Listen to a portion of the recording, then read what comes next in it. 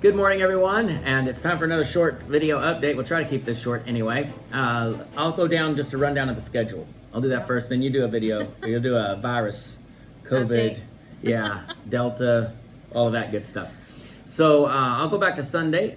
Sunday was the church anniversary, 27 years. I had to do everything online. Lee worked really hard, helping out with that, sound and video and all that good stuff. I wasn't there. Yeah, he's working every Sunday up there doing all of that. So it's a blessing to see him being able to be involved with ministry. And it's good to be seeing him doing that. Yep. We were here at the house. I did a live Zoom Sunday school class from here at the house. Again, there's no meetings at the church. They were just doing the video work there. So I was here at the house, did the Zoom meeting for Sunday school in English. That went really well. I enjoyed that. Actually, I did not. That was Sunday anniversary Sunday. That's right. We had no Sunday school. Yeah, the week before I did. So this past Sunday, I did not do that. Right. I got to sleep in. There was something I did. I can't remember. Then we had church Sunday morning, Sunday night. We had the Pakistani meeting. And Brother Jim Shed, one of the young men in the church, preached the Pakistani meeting. He did a really good job. Monday we had school. Lee and I both did some running around. Tuesday, same thing. Tuesday morning, I actually had a meeting on Zoom. Wednesday evening, we had the prayer meeting with the Pakistani church. Thursday, the youth department. Thursday morning, Friday morning, we had a meeting at the church. And we had the Bible study. From 10 to 12. Then I had school from 1 to 4. 1 to 4 every day, Monday through Friday, is language school online. Basically, we've been busy. Yeah. And this morning I recorded the Sunday school lesson we're going to upload to the YouTube channel. And now I'm doing this video. And then I have to do a 10 to 15 minute video for one of our supporting churches. They're having a missions conference. And they want to give us an opportunity to share what's going on. And we're happy about that. We love doing that. And then I have a meeting at 1 o'clock. I think we figured up you spend 24 hours a week in front of Zoom. Just on Zoom. A minimum of 24 hours a week. Because if I'm talking to somebody about baptism, I can't do it in person, so I use Zoom. If I'm talking to somebody about their salvation, it's on Zoom. If I'm talking about a church issue or something that's come up, it's on Zoom. It's all on Zoom. It's nothing in person. And I don't like doing it that way, but it's either that way or no way. Yeah. Sometimes I feel like I need to make an appointment for a meeting. I'll send you a link. Just to talk to you. And it's one of those things where I don't like it, but I need it. And so we're going to do that. We're just going to do that and make the best of it. All right, so that's kind of a rundown of last week. And next week is going to be pretty much like last week. And the next week pretty much like that week as far as what we're doing ministry-wise. We are really praying. Here I'm complaining about Zoom. We're actually in a meeting today. We're talking about the possibility of doing an evening discipleship program. We have the Friday morning, but 1 day a week for 2 hours is not enough. Right. And so we're looking at in the evenings. We're here.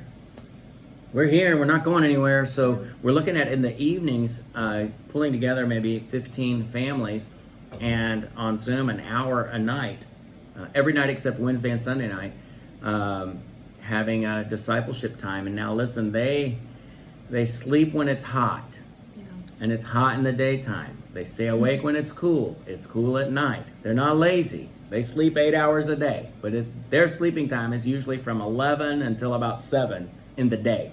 And then they're up. So we're probably going to do this discipleship class like around 9 or 10 o'clock at night and do it for about an hour or so every night and see if we can. I have noticed that the people we're working with have a long ways to go, and 2 hours a week's not cutting it. So there's that. All right, why don't you give us a virus update? Well, to say we have cabin fever would be a huge underestimated statement, but we're hanging in there, and it's predicted to get a lot worse. So the government's having meetings on Monday to decide what is going to happen in the future. There have been some requests put in to open some other things up because of the economy going down and the baht losing its strength against the dollar, which actually kind of helps us because it makes our rent be a little less. And other things, but the other thing they're talking about opening back up is some of these stores where you can buy appliances, which would be really great since our microwave went out this week, but we're getting around that too. So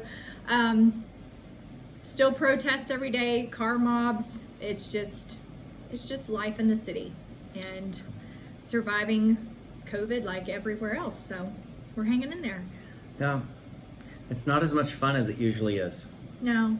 Being a can't go missionary anywhere. is usually, there's, going in, there's going to be We challenges. almost have a jungle in our front yard because the grass and everything hasn't been cut. Grass in is 4 a feet while. high.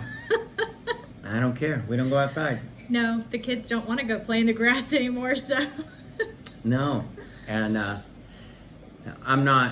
do not want to be like negative because God's doing some great things and we're busy, we're working, but at the same time, I think you should know, for example, William and Caleb, our two youngest Yeah. sons, they have been to one grocery store one time, and we ate at a restaurant. This was before the restrictions got bad, back in the first part of June.